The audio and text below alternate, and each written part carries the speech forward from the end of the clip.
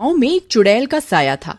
वो चुड़ैल रोज रात को लोगों के दरवाजे खटकाकर बोलती, घर पर कोई है, घर पर कोई है, दरवाजा खोलो, खोलो दरवाजा। जब कोई गांव वाला दरवाजा खोलता तो वो चुड़ैल उसे उठाकर ले जाती। अरे मर गया रे, अरे छोड़ दे चुड़ैल, अरे बच्चे की जान लेगी क्या, अरे छोड़ दे, तेरा दास बेटे, अरे गाँव वालों बचाओ, बचाओ, बचाओ। अगले दिन, अरे भाइयों, इस चुड़ैल ने तो जीना दुश्वार कर दिया है। तभी हरिया का बेटा राजू बोलता है, पापा, मेरे दिमाग में एक तरकीब है, बताऊं क्या? अरे तुम अभी छोटे हो, तुम चुप ही रहो, जाओ यहाँ से। पापा, मैं छोटा पैकेट बड़ा धमाका हूँ, अरे तरकीब तो सुन लो पहले। कोई बात नहीं हरिया, ऐसे बोलने तो दो।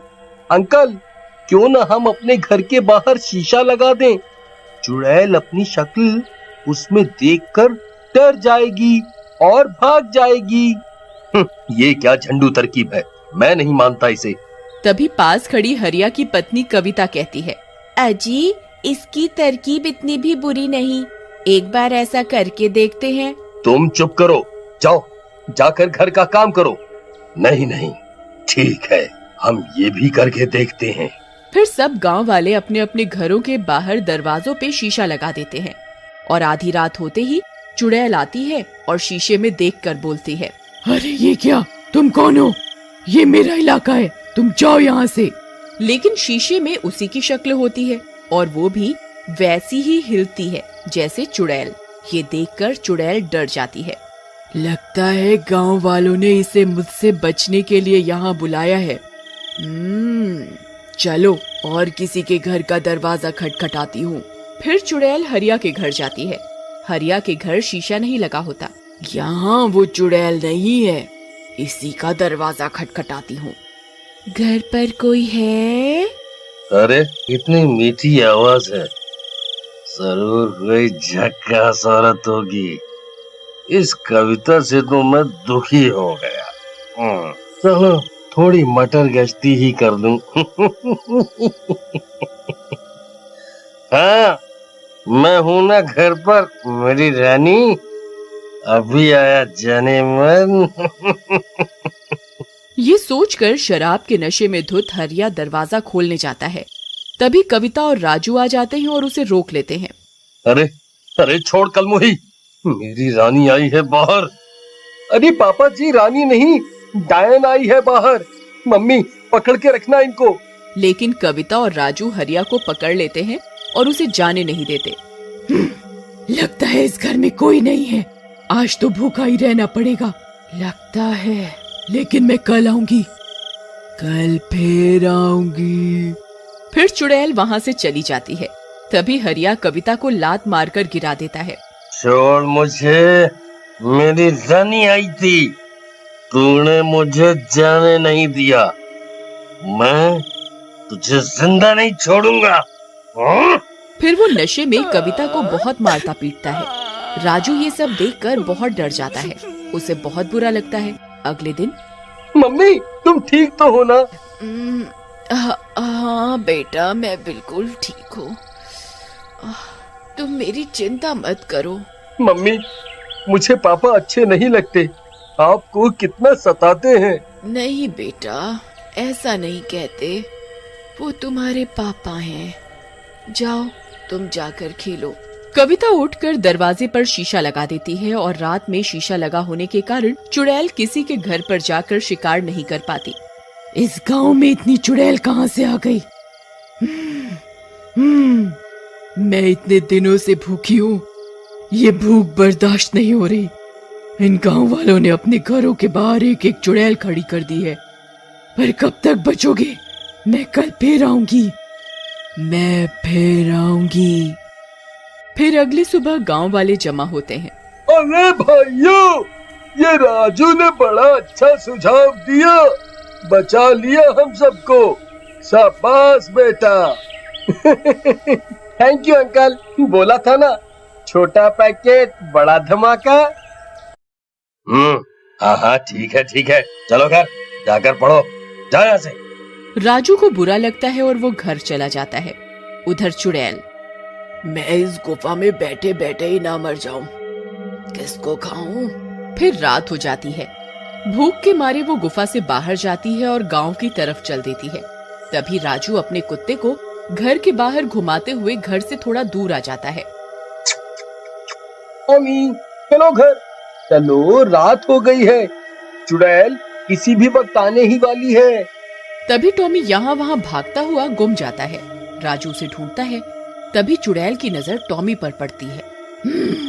इस कुत्ते को ही खा के काम चलाती हूँ आज। फिर वो अपना हाथ लंबा करती है और उस कुत्ते को पकड़कर खा जाती है। अब थोड़ी राहत मिली।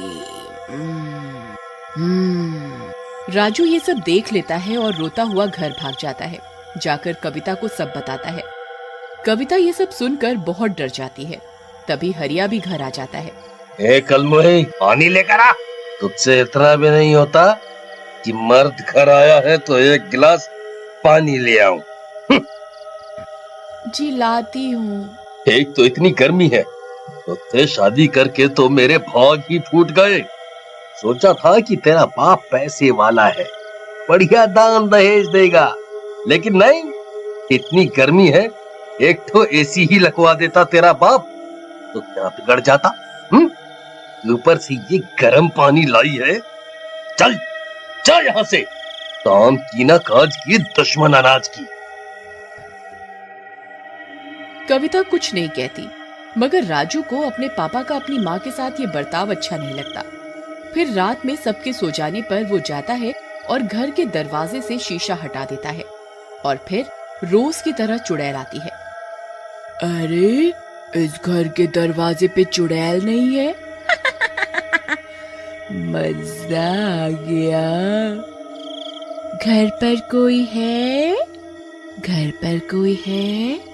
पापा, दरवाजे पे वो आई है, आपकी रानी। जाओ, मम्मी सो रही है, आप चुपके से चले जाओ। वाह बेटा, तू ही है मेरा असली शेर।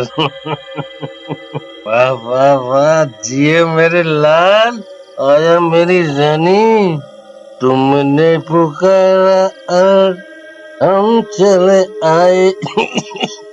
आया डार्लिंग, आया आया आया। हाँ हाँ, जाओ, मेरी मम्मी को बहुत दुखी कर लिया आपने। हरिया नशे में होता है और खुश होकर दरवाजा खोल देता है। आओ मेरे राजा जी। अरे मेरी रानी, तुम नशे में चुड़ैल क्यों दिख रही हो मुझे? लगता है ज्यादा चढ़ गई। मेरे राजा, मैं चुड़ैल ही हूँ। नहीं, चुड़ैल जी, आप तो मेरी बहन जैसी हो, सारा नशा ही उतर गया आपको देखकर। मुझे छोड़ दो, आपसे आप पर बुरी नजर नहीं डालूंगा। अरे कविता, आओ। चुप कर, बेवकूफ समझा है क्या? चल, भूख लगी है। फिर चुड़ैल हरिया को लेकर चली जाती है। शोर सुनकर सब गांव वाले जग जाते हैं और कविता भी। राजू, तुम्हारे पापा कहाँ हैं? अभी अभी मैंने उनकी आवाज सुनी थी। उनको तो चुड़ैल ले गई, अब तुम्हारे सारे दुख खत्म। माँ, तुम ये कैसी बातें कर रहे हो? तुम्हें ऐसा नहीं करना चाहिए था। वो जैसे भी है तुम्हारे पापा हैं। मैं जा रही हूँ इनको बचाने। कविता मशाल उठाती है और जंगल की ओर गुफा में चली जाती है।